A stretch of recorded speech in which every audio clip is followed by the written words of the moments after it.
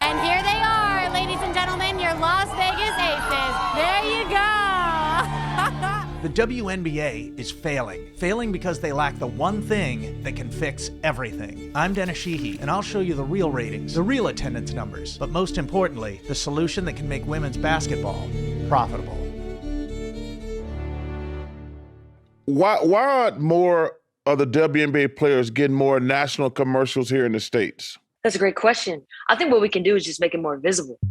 The WNBA, its players, and media outlets continue to be in lockstep, echoing the theory that exposure is all they need, that just being seen by more people will at long last make them profitable. Let's see if that's true. These are the average final ship viewer numbers over the last 20 years. Any growth is marginal at best, but what's really revealing, if we go back 7 years before that, viewership is significantly trending down. And with a huge portion of current TV contracts set to expire in 2025, it's hard to imagine any increase in revenue from these stagnant numbers. Now let's look at attendance. This is the average attendance to a WNBA game since their inception in 1997. It's been a slow march down, clearly showing a lack of fan interest with each passing year. There is, however, the mindset that the WNBA is still young, that they are even ahead of where the NBA was at a similar point in their history. If we look at pre-COVID numbers of average attendance in 2019, we can see while that's technically true, all we have to do is expand our view of attendance numbers from the birth of both leagues to see that's wildly misleading. The NBA was trending up,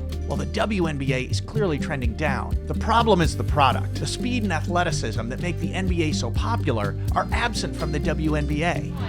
Mercury is 1 for 8. The average NBA player stands 6'7" with about a 28-inch vertical jump. The average WNBA player stands 6 feet tall with a vertical of about 19 inches. It's only logical to adjust the rim height and court size accordingly. Yet there's an absolute hostility from WNBA players toward any kind of change. Like an arranged marriage, we'll all just have to learn to love it. So what's the answer? They need a doctor.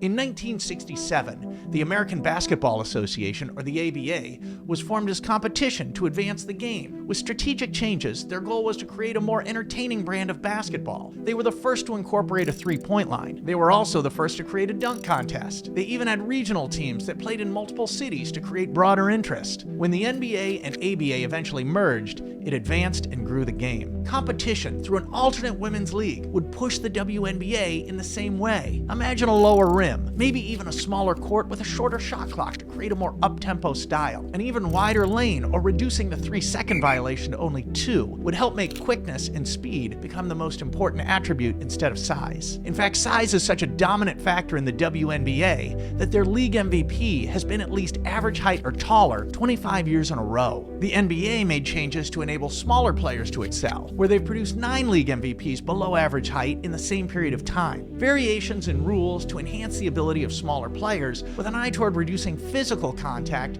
could make the game more relatable to a broader audience. When you consider the 10 highest paid female athletes are all in non-contact sports, perhaps it's possible that mainstream audiences prefer more finesse and would gravitate toward less physicality in the women's game. Currently, there are only 144 players in the WNBA. Instead of an expansion, a new league would also create far more opportunities for work. If there are so many wealthy entities willing to invest in a sport like pickleball, there must be several more willing to invest in a fresh new women's league. It all boils down to this. Do enough people want to watch your product that you can stand on your own? Can you become a successful league that doesn't rely on subsidies or handouts from the NBA? Competition will grow the WNBA into a profitable business. And if the product is good enough, the exposure and money will come. And with it, you'll make history in the process.